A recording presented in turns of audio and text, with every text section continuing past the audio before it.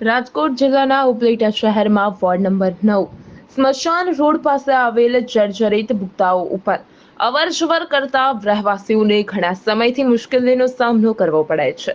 ભૂગદાની બાજુમાં રહેતા લોકો 2 વર્ષથી આ કામગીરીને લઈને સુધરાઈ સભ્યને મત જોતા હોય ત્યારે પોતે લોલીપોપ દઈ દે, પણ જ્યારે પ્રજાનો પ્રશ્ન હોય ત્યારે ખાલી દિલાસા આપે। આવા ભ્રષ્ટાચાર વ્યક્તિઓને ખરેખર નાબાદ કરવા જોઈએ, પરંતુ રજૂઆત કરેલ અને લેખિતમાં અરજીઓ પણ કરવામાં આવી હતી, છતાંય તંત્ર આંખ આડા કાન કર્યા હોય। ખરેખર નગરપાલિકાને ખૂબ બેદરકારી સામે આવી રહી છે, જેમાં રાજકીય નેતા પોતે રોટલા શેકતા હોય તેવું જણાઈ રહ્યું છે। હજુ સુધી કોઈ પણ યોગ્ય પગલાં લેવામાં આવ્યા નથી, તો શું તંત્ર આવી બેદરકારી રાખી પોતે મોટી એવી દુર્ઘટના સર્જાય તેની રાહ જોઈ રહ્યા છે? કોઈ પણ જાતની કામગીરી કરવામાં આવી નથી। આ ખુલ્લા ગટરના ભૂગદાઓના કારણે અનેકવાર આ પ્રાણીઓ ભૂગદાની અંદર પડી જાય છે અને તેને કાઢવા માટે રહેવાસીઓને ઘણી મુશ્કેલી પડે છે।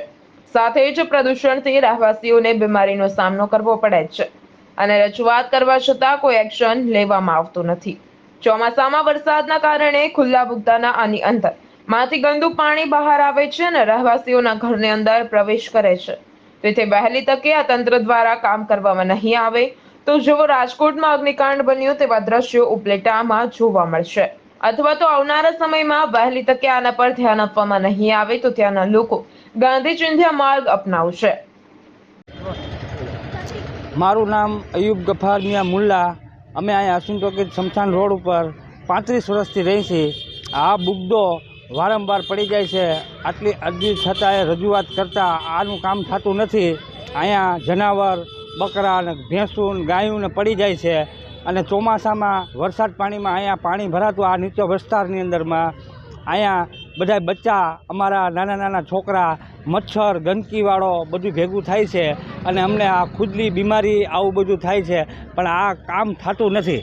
આ કામ થવું જરૂરી છે, નકર આની અંદરમાં હમણાં ચોમાસું આવી જશે ને તો કોઈ જનાવર, કોઈ ગાયું, ભેંસું, બકરા, છોકરા, અમારા અજાણા માણસો કોઈને ધ્યાન ના હોય તો આમાં પડે કરે જાનની હાનિકાર થાય। એના કરતાં તે પહેલાં અમારી રજૂઆત છે કે આ તમે કામ કરી આપશો।